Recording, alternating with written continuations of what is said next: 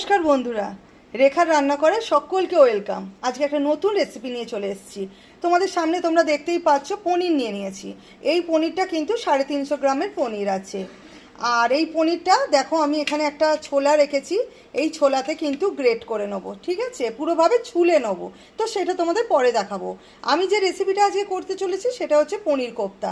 এর জন্য কি কি নিয়েছি টুকটাক জোগাড় সেটা আমি দেখিয়ে দিচ্ছি। এখানে দেখো রেখেছি ক্যাপসিকাম রেখেছি, আর এখানে রেখেছি ধনেপাতা কুচো আর কাঁচা লঙ্কা। আচ্ছা, এখানে রেখেছি টক দই, কাজু বাদাম আর পোস্ত। আচ্ছা, এই কাজু বাদাম, পোস্ত আর এখানে দেখছো টক দই, এটা কিন্তু একসাথে আমি বেটে নেবো, ঠিক আছে, মিক্সার গ্রাইন্ডারে বেটে নেবো। আর এখানে কর্নফ্লাওয়ার আছে, আর এছাড়া আছে এখানে কুচনো পেঁয়াজ আর আদা রসুন। এটাও কিন্তু আমি মিক্সার গ্রাইন্ডারে আমি বেটে নেবো। তো আমি মোটামুটি জোগাড়টা তোমাদের একটু দেখিয়ে দিলাম, এবার কি করব সেটা তোমাদের কাছে তুলে ধরবো, তোমরা কিন্তু দেখতে থাকো। আমি দেখিয়ে দিই বন্ধুরা, এইটা কাজু আর পোস্ত বাটাটা বেটে রেখে দিয়েছি সুন্দর করে। আচ্ছা, এখানে দেখো, এখানে কিন্তু এই যে পনিরটা দেখছো, তোমাদের আগেই দেখিয়ে দিয়েছিলাম। পনিরটা কিন্তু দেখেছো, এর মাধ্যমে এইভাবে কিন্তু ছুলে নেওয়া হচ্ছে। এই দেখো কি সুন্দর গ্রেট করা হচ্ছে, দেখো সুন্দর হয়ে যাচ্ছে। এইভাবে কিন্তু তোমরা পনিরটাকে আগে প্রথমে গ্রেট করে নেবে। এই দেখো,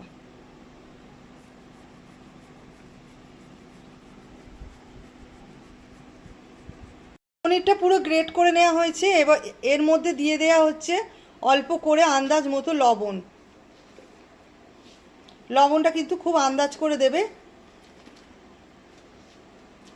পর এতে দিয়ে দেওয়া হচ্ছে গোলমরিচ গুঁড়ো, তারপর দেওয়া হচ্ছে এতে গরম মশলার গুঁড়ো। এগুলো সব নিজের আইডিয়া মতো দিতে হবে। আমার যেহেতু 350 গ্রাম পনির ছিল, তো সেই হিসেবে আন্দাজে নুন দেওয়া হয়েছে, লবণ দেওয়া হয়েছে, তাতে গরম মশলার গুঁড়ো দেওয়া হয়েছে, আর দেওয়া হয়েছে গোলমরিচ গুঁড়ো, হলুদ গুঁড়ো, লঙ্কার গুঁড়ো। এগুলো সমস্ত কিছু কিন্তু আন্দাজ করে দিতে হবে। আর সাথে দেয়া হচ্ছে অল্প একটু জিরের গুঁড়ো, আর এর ওপর দিয়ে দেওয়া হলো গোটা জিরে অল্প একটু। এবার এতে দিয়ে দেওয়া হচ্ছে অল্প করে কর্নফ্লাওয়ার।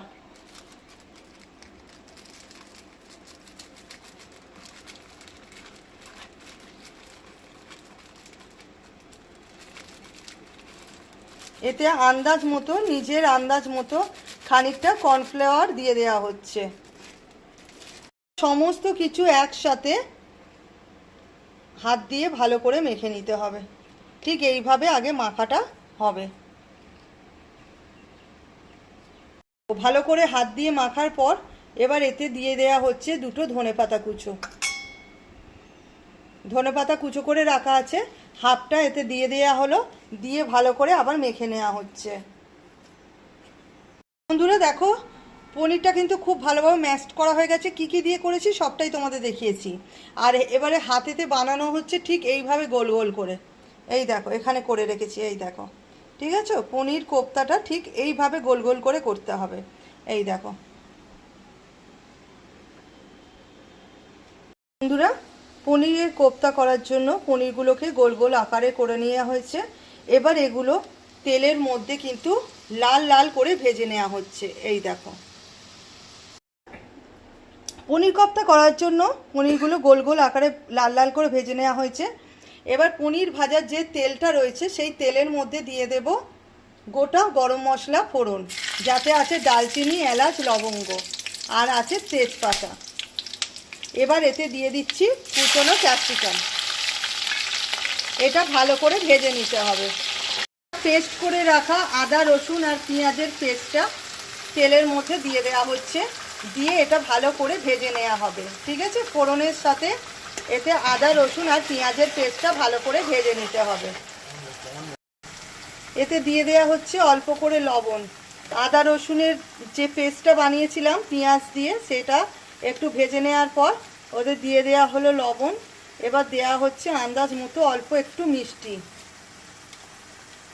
এতে দেওয়া হচ্ছে গোলমরিচ গুঁড়ো।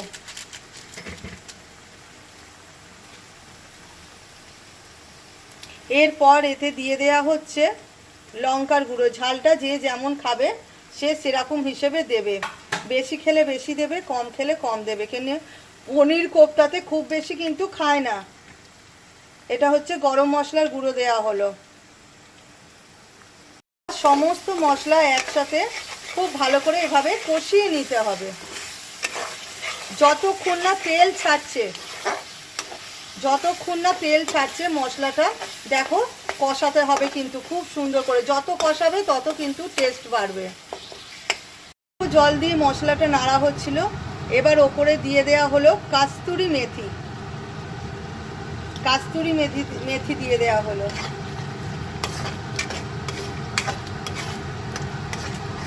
খানিকক্ষণ কষিয়ে নেওয়া হয়েছে কস্তুরি মেথি দিয়ে। এবার এতে অ্যাড করা হচ্ছে জল। হ্যাবাব জল নয়, খুব মোটামুটি অল্পের ওপর দিয়ে একটু জল দিয়ে দেয়া হবে। আর একটু জল লাগবে মনে হয়, বেশি গ্রেভি এর হবে না। এটা একটু ঘন ঘন হবে, খুব বেশি গ্রেভি হবে না এটা।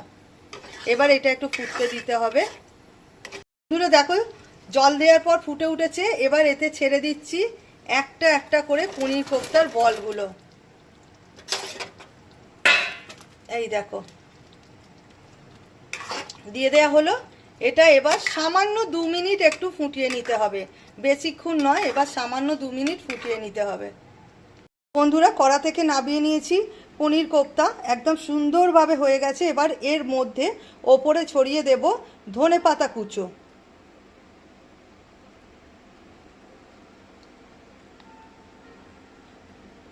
দেখো কেমন হলো বলো। রেসিপিটা তোমাদের কাছে তুলে ধরলাম, দেখতেও সুন্দর হয়েছে আর খেতেও কিন্তু খুব সুন্দর হবে। তোমাদের যদি এই রেসিপিটা ভালো লেগে থাকে তো প্লিজ লাইক, কমেন্ট আর সাবস্ক্রাইব করতে ভুলো না কিন্তু চ্যানেলটা। তো আজকে তোমাদের কাছে তুলে ধরলাম পনির কোফতা।